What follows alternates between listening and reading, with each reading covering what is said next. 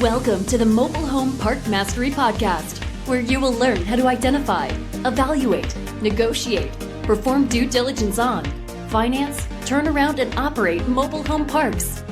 And now, here is your host, the fifth largest mobile home park owner in the United States, Frank Rolfe. Who would have ever dreamed that something invented in 1938 would go on to be one of the biggest things in affordable housing today? No, I'm not talking about mobile homes. I'm not talking about mobile home parks, but something else from the 1930s.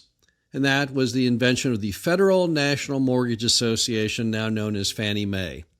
This is Frank Rolfe, the Mobile Home Park Mastery Podcast. We're talking about the power of agency debt and how it has shaped and is shaping the industry. Now, what is agency debt? Well, it's two components. The Federal National Mortgage Association, also known as Fannie Mae, started in 1938 and part of the New Deal. The concept in 1938 was, prior to the Great Depression, most home mortgages were short-term with balloon payments. During the Depression, roughly 25% of all homeowners could not replace their mortgage or find an alternative mortgage source, so the defaults were rampant. The government vowed to make sure that in the future this would not happen. So, as part of the New Deal, they developed Fannie Mae to help securitize mortgage debt, allowing lenders to then write more mortgages. The companion to Fannie Mae is known as the Federal Home Loan Mortgage Corporation, and that's known as Freddie Mac, and that started in 1970. That was a second round of the government trying to spur on the ability for people in the housing industry to get mortgages. Now, what's interesting is today, that, which was started out as a single-family home mortgage concept, now underwrites roughly over 50% in dollar value of all mobile home park loans in the U.S. Now, what are the basics of these loans? Well, the minimum loan size is typically $1 million.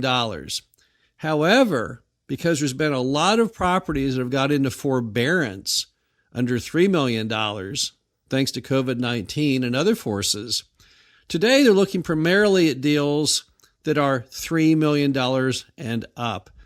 And for first-time buyers, sometimes as large as $5 million and up.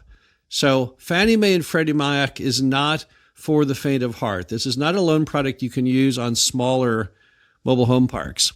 Now, the interest rates are amazing on these loans. The interest rates right now would be in the mid 2% range, which is just incredible. And that's on a fixed rate loan of up to 15 years in length. The term on the loans can be 5, 7, 10, 12, or 15 years fixed with 30-year amortization, and you can even get some interest only on those loans. The loans do have defeasance, which is a penalty. So if you don't make your payments and then you want to sell it or you just want to sell it, you're going to have to pay a thing called defeasance, which is a penalty which is required to have an early prepayment of the loan.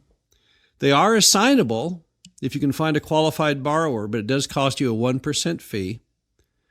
The requirements on net worth and liquidity are very high. You have to have about 100% of the loan amount in net worth and at about 10% of the loan amount in liquid assets. That's not set in stone, but that's kind of what they like to see. Now, how is this loan product having so much power over the industry? How is it reshaping the way things work? Well, first, remember that these loans are only applicable for housing loans. You cannot get Fannie Mae, Freddie Mac for a retail center or an office building or a self-storage facility. So that, right off the bat, gives mobile home parks and apartments and houses a distinct advantage from an investment perspective on financing over real estate sectors. But that's not really the full power. That's just part of the power. The big power to agency debt is the fact that it's allowing cap rates to come down without compression on these larger and more institutional quality properties. If you can borrow money at Fannie Mae or Freddie Mac at 2.8% on a 15-year fixed, and you want to get a 3-point spread, which gives you a very handsome cash-on-cash return, That would allow you to buy that deal at about a 5.8% cap rate. Now, you might say, wait a minute now, that sounds like cap rate compression to me. Well, in the old days, it would have been.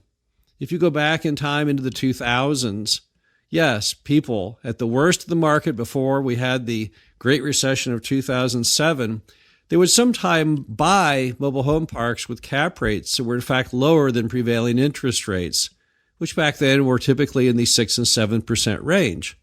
I myself sold a very large mobile home park during that era at a 4% cap rate, and the guy borrowed on it at a loan that was somewhere in the 6% range. That's upside down, and that's true cap rate compression. But today what's happening is with agency debt, people are able to buy larger properties, nicer properties, at what appears to the outsider, to someone who doesn't understand the world of lending, as prices that must be too high because those cap rates seem to be so low. But the trick is that cap rates and interest rates are always intertwined. You're not going to be able to have low cap rates successfully without low interest rates. And remember that all the way back into 1776, when our country was founded, interest rates were typically around 6 to 7%. That was kind of the gold standard and went on for a couple hundred years. But then when we hit quantitative easing with the Great Recession in 2007, the interest rate environment changed, and possibly permanently. You see, the issue is that we have so much federal debt today. We're currently at 20-something trillion of debt. We're the biggest debtor in the world. So as a result, we really cannot afford to have high interest rates and be able to make our note payments as a country. That's why we assume that interest rates will remain about where they are. They can go up a little, perhaps, as they did before COVID-19, but then they always seem to come back down. The government tries to keep them on a pretty rigid range of rates that make our debt affordable as a country.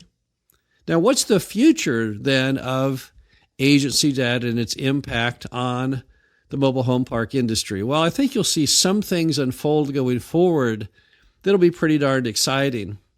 The big one, I think, is going to be the dollar value of these loans will come back down again. Again, lenders don't like to lose money. Their motto is, before you can have return on capital, you must have return of capital.